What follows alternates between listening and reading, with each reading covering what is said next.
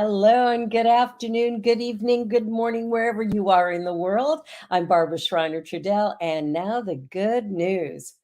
Well, we're starting off with a story about an incredible new national monument in the US. So, President Biden continued the bipartisan executive tradition of conserving historic and scientifically significant lands by designating Spirit Mountain in Nevada as a national monument. Sacred to several Native American tribes, principally the people of the Fort Mojave Indian Reservation, Spirit Mountain sits on the southernmost point of Nevada. The designation covers 506,000 acres, one of the largest tracts of land to come under federal protection since Biden took office. And it bumps up against some other national wilderness areas. So the Secretary of the Interior, Deb Haaland, herself a native of the Pueblo peoples, held roundtable talks with the Mojave and other tribes in September of last year to discuss the need to conserve the area. The slopes and flatlands around Avikwami, I don't think I pronounced that correctly, my apologies, are dotted with important sites dating back to modern Indian times, but also back as far as the Neolithic period. Rock shelters, petroglyphs, and sacred sites will all be sheltered under the National Monument designation. Spirit Mountain is the point of Mojave creation. It's very important and integral part of our history and belief system, says Ashley Hammers, the tribal administrator for Fort Mojave. For us, the mountain is a living landscape. It's like a person. If something were to happen to it, it would be like losing a loved one. I think sometimes we forget the importance of the land to the indigenous people, and I think it's something that maybe we could learn from. So, beyond the irreplaceable value of the landscape to the Mojave, Gila monster, desert bighorn sheep, desert tortoise, and centuries old Joshua trees are among the species that can be found on this diverse desert landscape. So, this is a really important piece of new piece of information, and we're really grateful to have this land protected. And I'm happy to share that story. A little bit of good news. Well, here's a little bit more. We've got good news from Senegal, the critically endangered West African lion.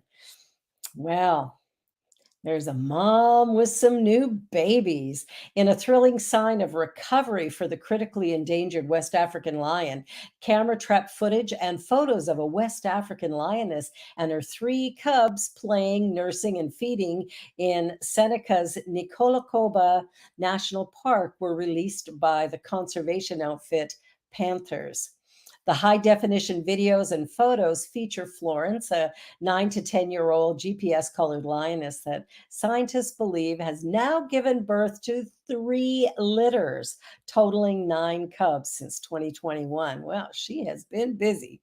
Now, considered the matriarch of Nicolacoba, this lioness has contributed approximately 1/3 of the park's lion population, which has grown slowly from a razor's edge pride of 10 to 15 individuals in 2011 to perhaps as many as 40 today. Wow. So this is really good news. We don't want any species, eradicated from the planet. We want to see growth and renewal. And so this is very, very exciting news.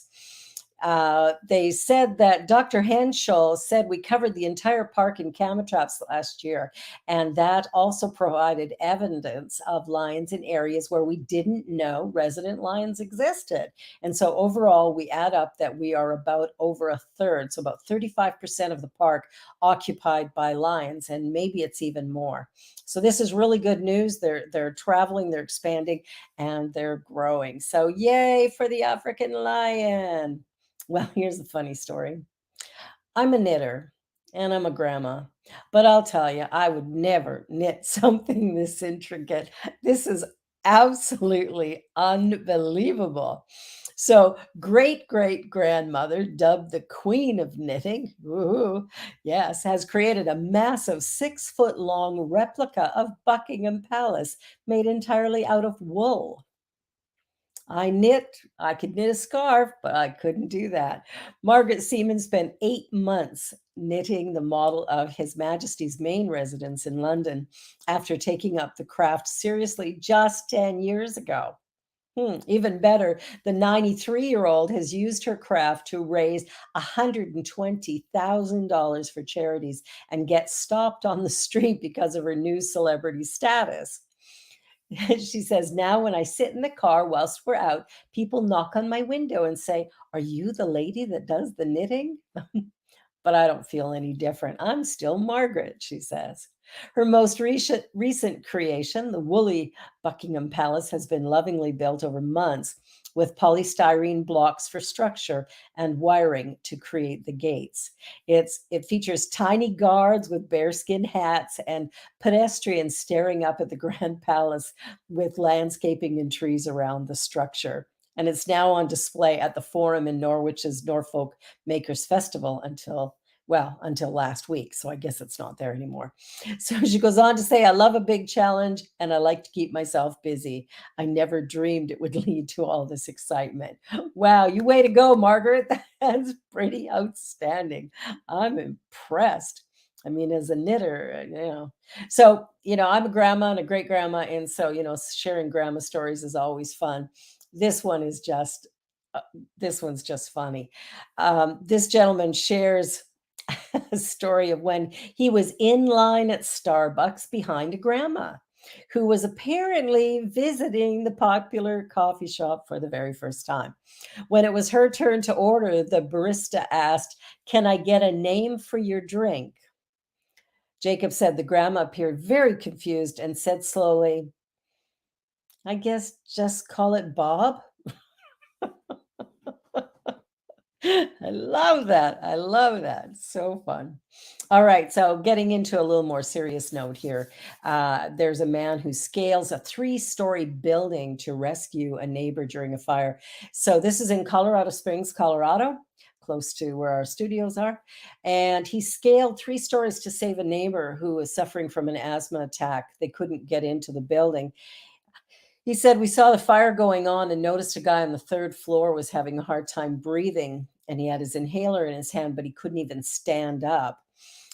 So the EMTs went up, the door was locked. So Parker said the neighbor was all alone in the apartment and that when he saw someone in trouble, his adrenaline took over. And knowing he needed a hand, he decided to scale up the third floor of the balconies and unlocked the door. And that way they could get the EMTs in.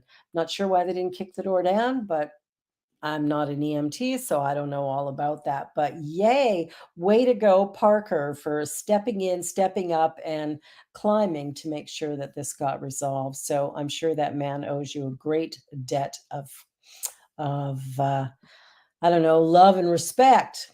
All right. So CPR. CPR is really important. I took baby CPR when my youngest daughter was born and used it once when she was choking. Well, used that method of getting the food out.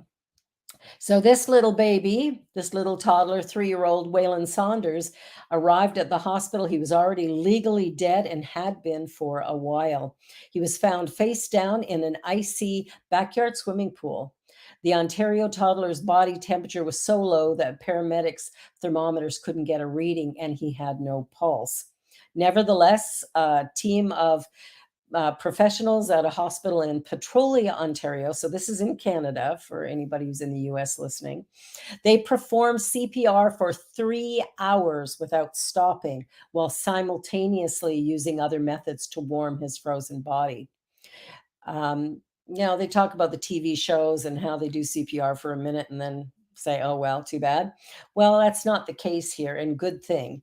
Fortunately for Waylon, they didn't stop. And after 3 hours of compressing his chest to artificially pump blood to his brain and other organs, Waylon's heart was restarted and kept on keeping on.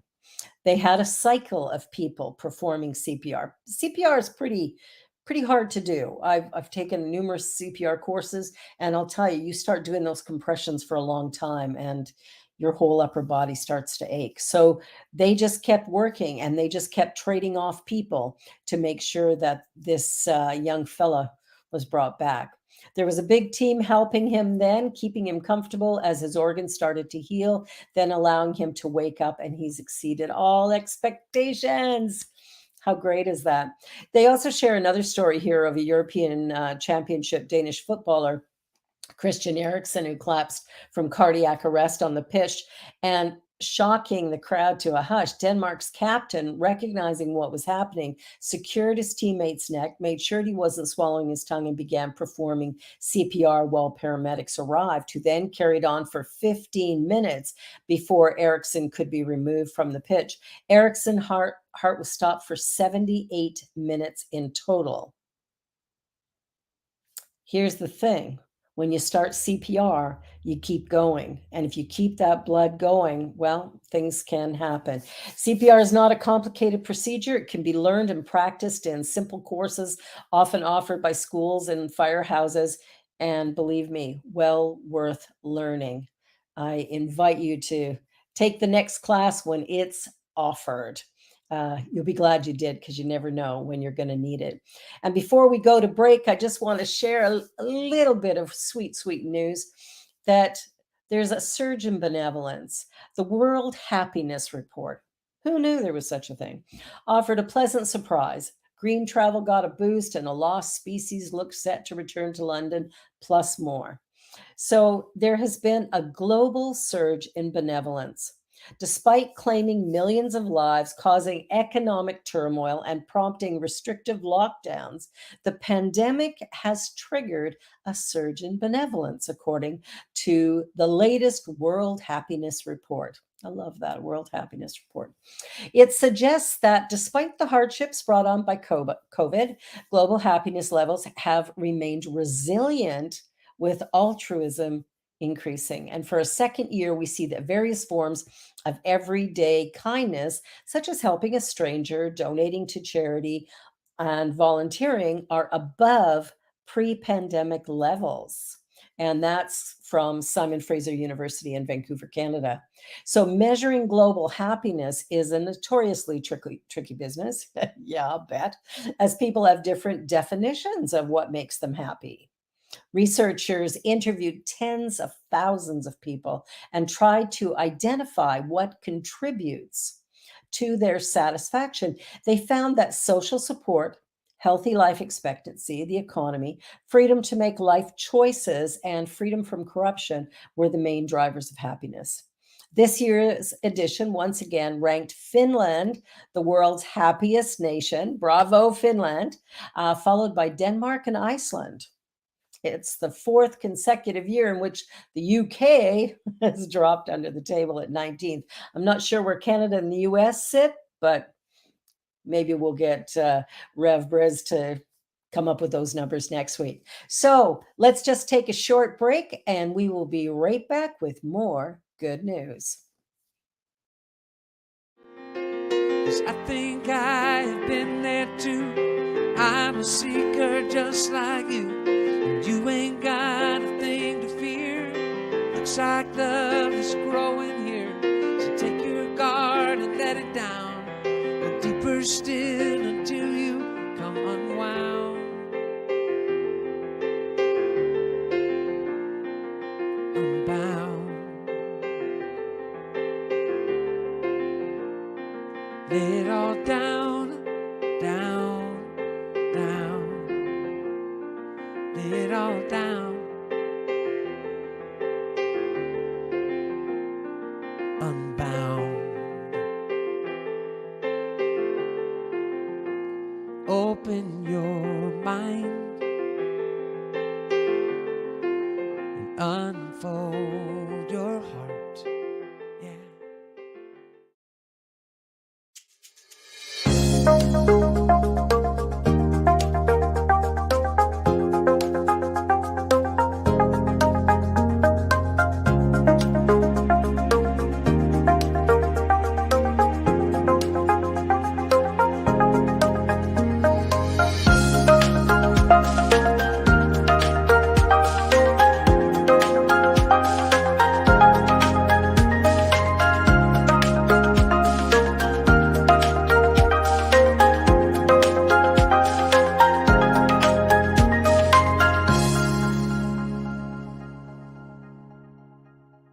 Watch me change when you change the way you look at things.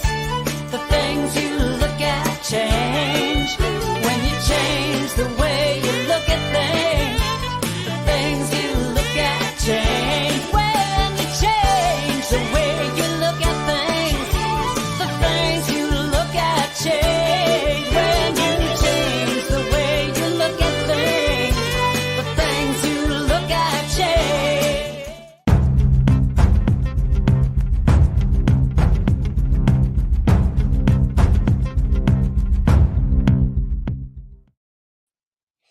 And we're back. You're listening to the good news.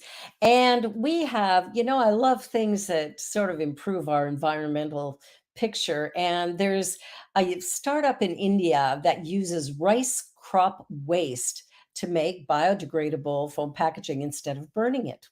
How great is that? So, a Delhi based engineer has designed a replacement for polystyrene packaging out of rice stubble, the dead stalks left over after the rice season in India, millions of tons of which are burned every year.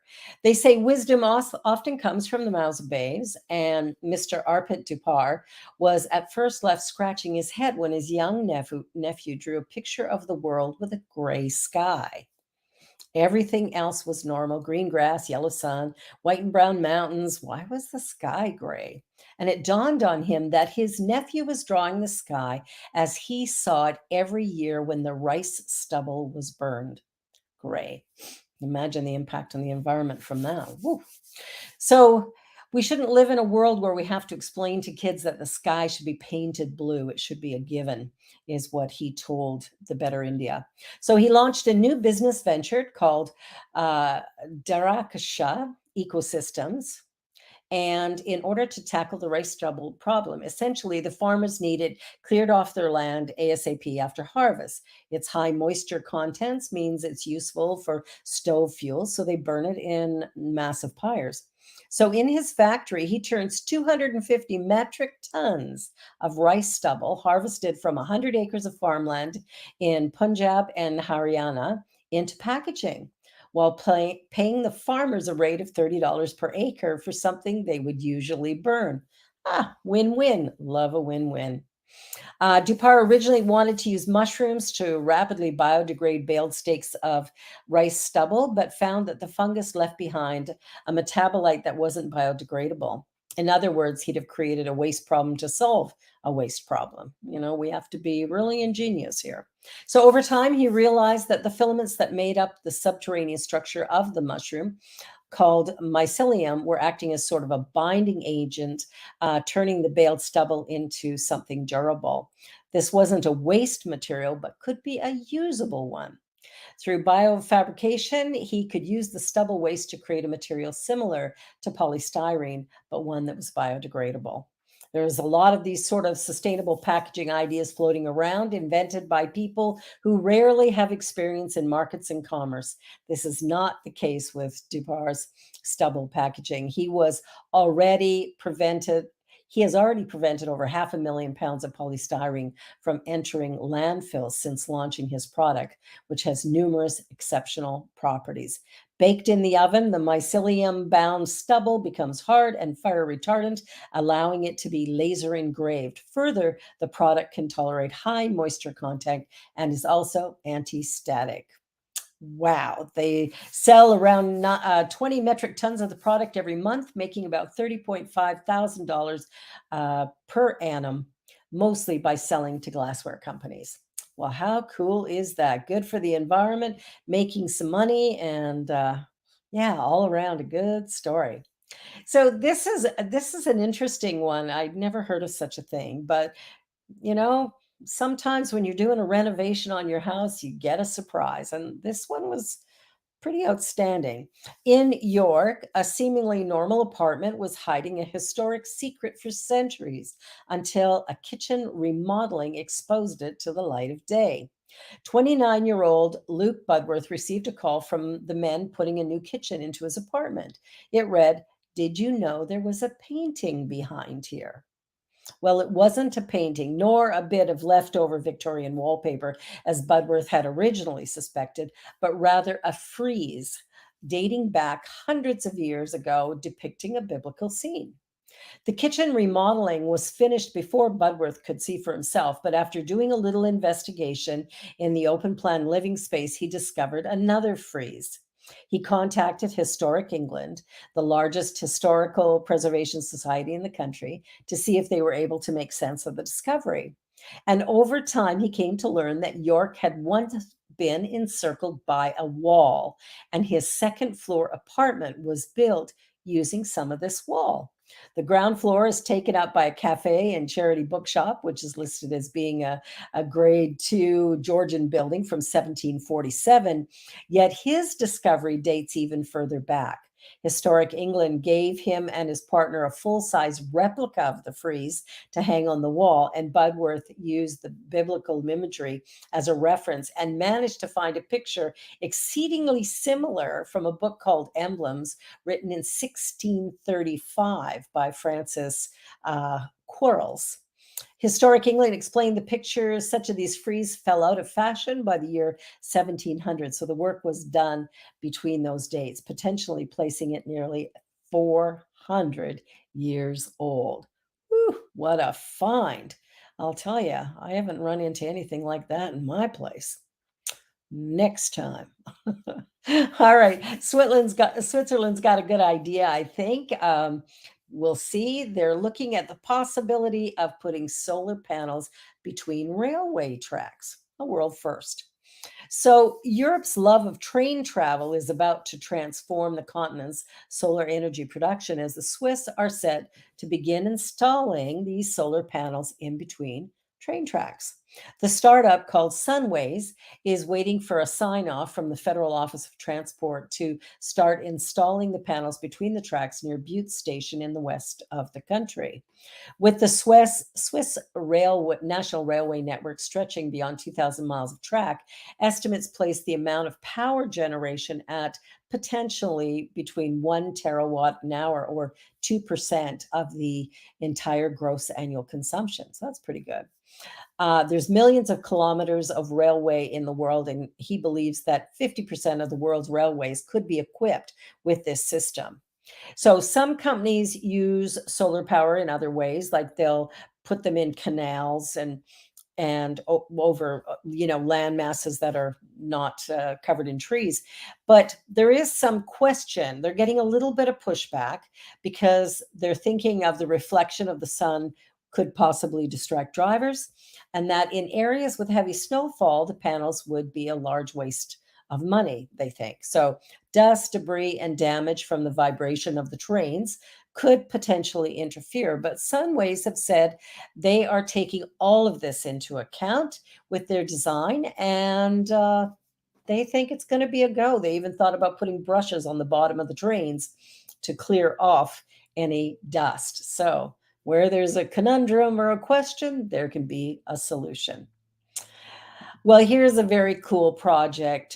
This is a round barn. A self taught Oklahoma architect builds this round barn, and he was inspired by the US Capitol and then fueled by his dedication.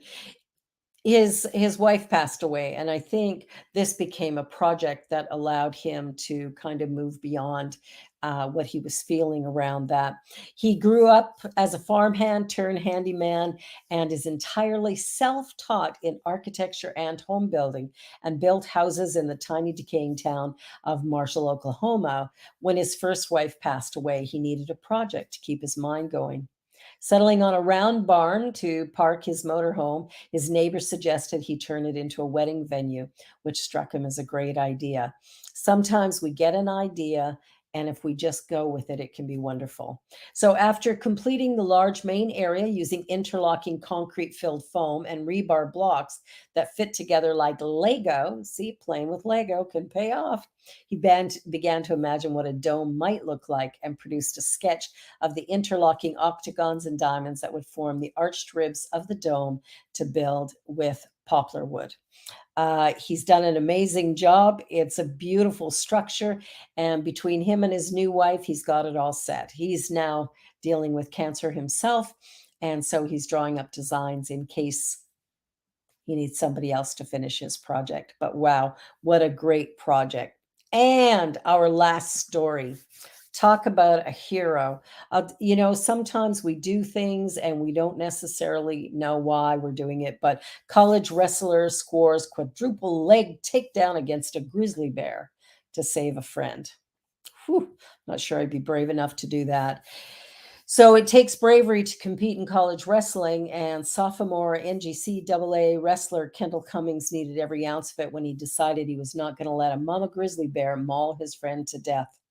Last year, Cummings went out with his friends Brady, Gus, and Orrin in the Wyoming woods looking for shed antlers. Earn a little money by selling those. They went out on the Bobcat Houlihan Trail, which sits on the outskirts of Yellowstone. In the late afternoon, they decided to split up to cover more ground. The gruesome account, Brady turned around to warn Kendall not to step in a fresh pile of bear scat when what was likely a female grizzly bear, which can weigh around 500 pounds, slammed into him. The impact from the bear knocked the young man over a dozen yards, and she continued to swat him as he rolled, dribbling him like a basketball. Kendall was not about to let it happen, and after trying to use his voice to scare her away, he jumped on her back to distract her after she managed to pin Brady up against a tree. Then Kendall ran as fast as he could. Grizzly bears can sprint over 30 miles per hour, and it wasn't even a few seconds before she had turned around and leapt on top of him.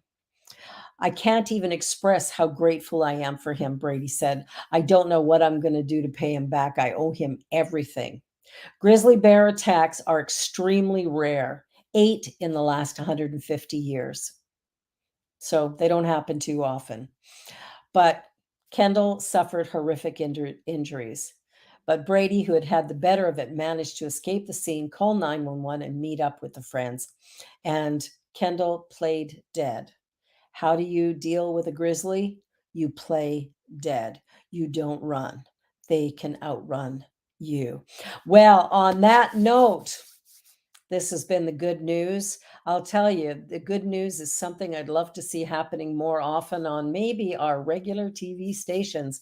Maybe New Thought Media Network needs to put out some feelers to ABC and NBC and CNCN or CNN. That's what it is. Fox News. Let's have some good news rather than the stuff that is peddling that makes us all wonder and wish whether or not life is ever going to be good again. Wayne, great to have you here as always. And thanks, everybody. Have a wonderful, wonderful weekend. And that's the good news. See you next time.